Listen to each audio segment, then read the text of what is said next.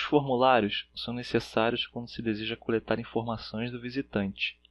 Por exemplo, em um cadastro podem ser coletados o nome, e-mail, data de nascimento e outras informações necessárias. Já em um local para pagamento, são coletados os dados de cartão de crédito e endereço do usuário. No HTML, os formulários são expressos pela tag form.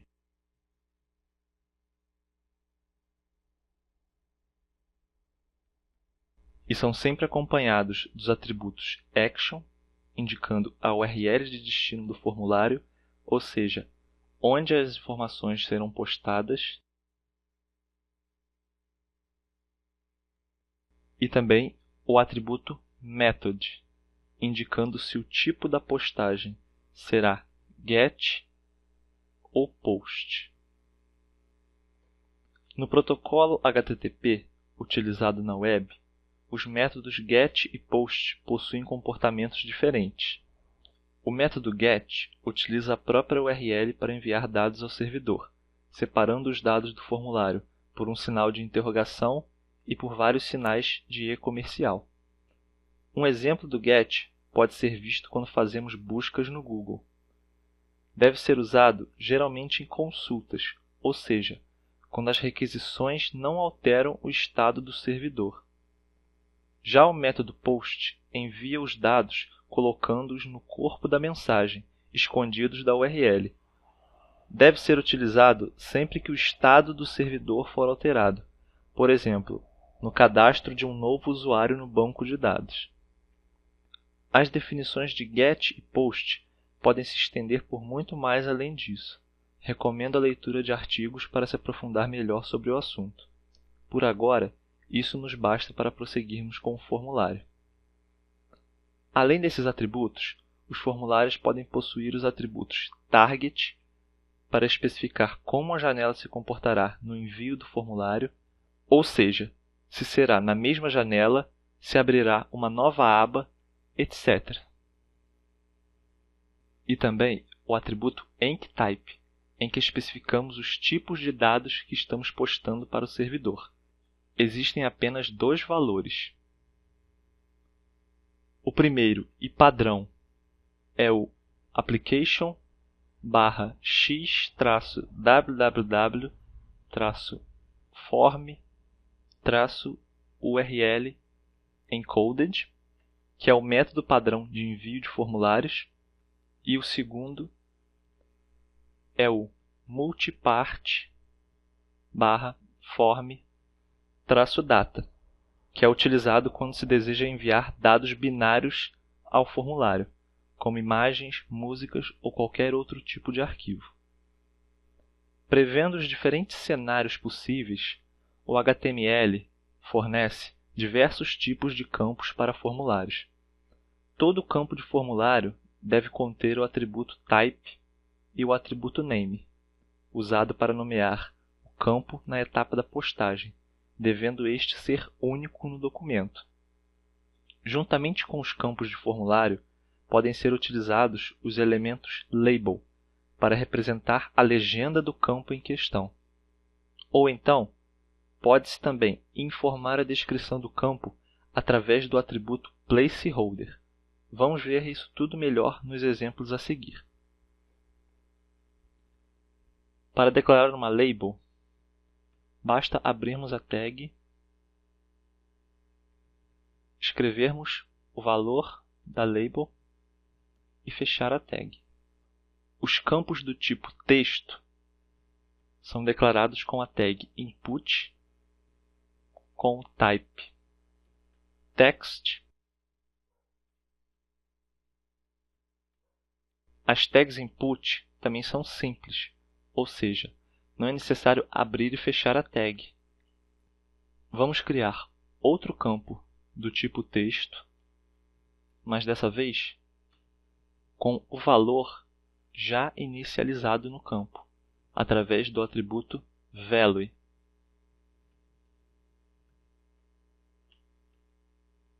Vamos inserir um BR para quebrar a linha entre um campo e outro. Agora, vamos criar um campo de senha. dessa vez sem label, mas sim com o atributo placeholder. Criamos um input e mudamos o type para password.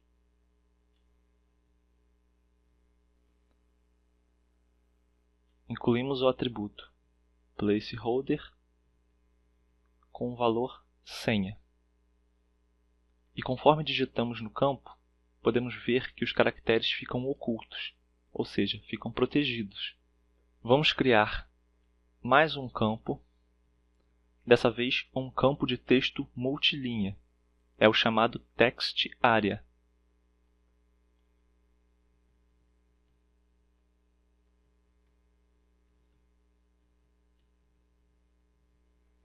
Vamos definir um placeholder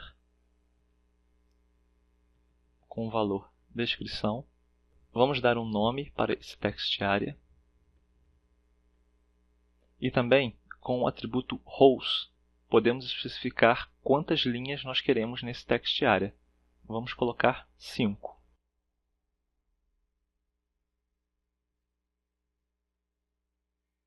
Outro campo bastante utilizado é o checkbox. Vamos declarar outro input. Primeiro, a label. Vamos escrever receber notícias. O nosso input será do tipo checkbox name notícias e pronto. O checkbox é usado quando nenhuma ou várias alternativas podem ser marcadas em um formulário. Vamos agora criar um elemento RadioButton.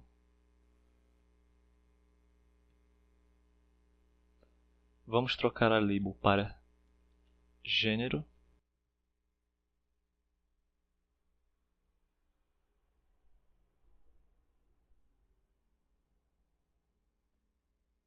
E agora teremos duas opções, masculino e feminino. Vamos trocar o type para rádio, o name para gênero, o value do primeiro campo será M, e ao lado escrevemos masculino. Vamos copiar. Vamos manter o nome. Isso porque o RadioButton funciona como uma coisa só. O usuário irá escolher entre o gênero masculino ou feminino, e o valor escolhido será postado. Dessa forma, a diferença entre o checkbox e o RadioButton é que o RadioButton, o usuário somente poderá marcar uma opção. Já no checkbox, ele poderá não marcar ou marcar a opção. O atributo value pré-determina os valores de cada campo, quando marcados. O atributo checked inicializa o campo com o elemento já marcado. Por exemplo,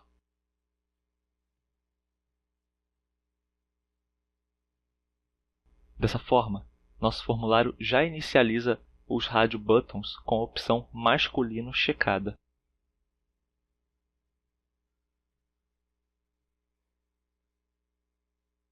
Vamos criar agora um elemento do tipo select.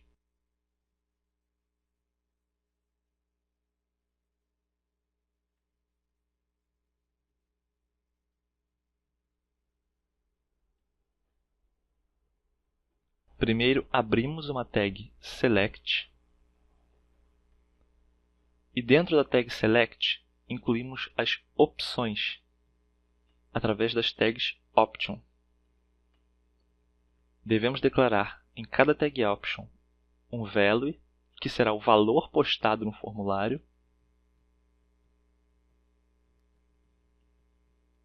e dentro da tag option alguma descrição, que será a parte visível ao usuário.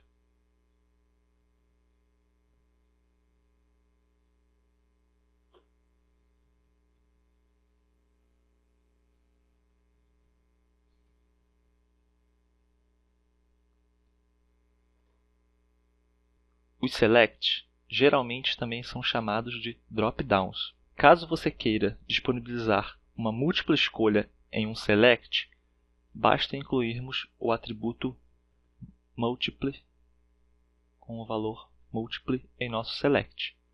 E pronto. Ele passa a ser de múltipla escolha. Basta segurarmos a tecla Ctrl para escolher mais de um elemento.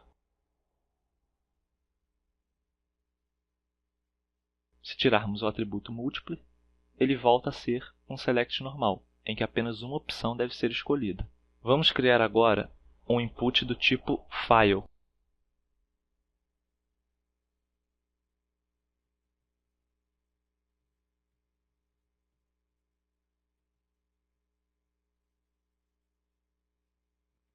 Criamos uma tag input do tipo file com o nome arquivo. As inputs do tipo file são utilizadas para fazer upload de arquivos. Caso você esteja trabalhando com tipos específicos de arquivos, podemos utilizar o atributo accept e passar o tipo de arquivo que estamos querendo. No nosso exemplo, o tipo image/* faz o campo aceitar qualquer arquivo que seja do tipo imagem. Vamos agora criar botões em nosso formulário. Vamos pular 2 linhas.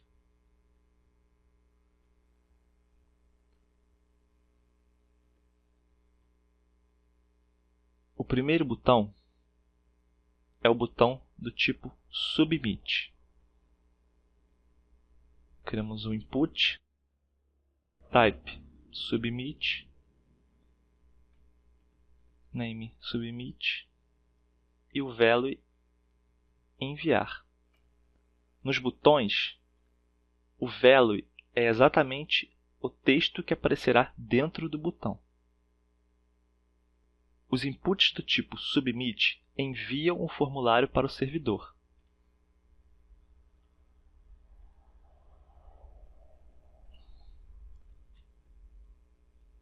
Outro input do tipo reset, com o nome reset e com o value limpar. Os botões do tipo reset limpam os campos de formulário, ou seja, retorna os campos do formulário aos seus valores iniciais.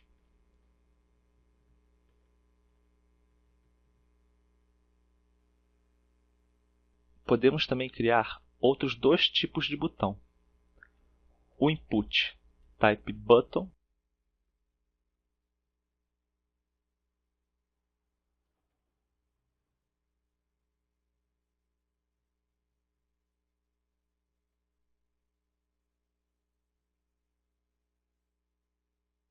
que é simplesmente um botão, não envia nem limpa o formulário, mas pode ser usado com algum objetivo utilizando o JavaScript. E o input type image,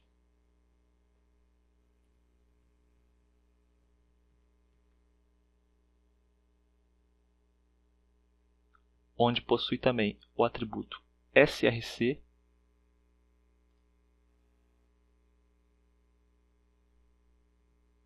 que define a imagem do botão, ou seja, é um botão que não possui texto, mas sim uma imagem de fundo.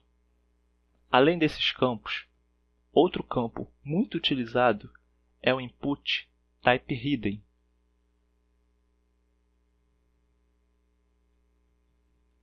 Input type hidden.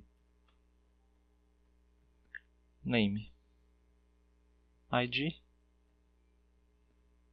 value 3. Os campos hidden ou ocultos não são visíveis ao usuário e geralmente contêm dados necessários no envio do formulário, como o ID de algo no banco de dados ou a numeração da página de navegação atual. É importante deixar claro que os atributos placeholder não funcionam como valores pré-definidos. Eles apenas inserem uma espécie de marca d'água indicando a descrição dos elementos. Para inicializar um campo com um valor pré-definido, devemos utilizar o value. Na próxima aula, vamos aprender a utilizar os hiperlinks. Até mais!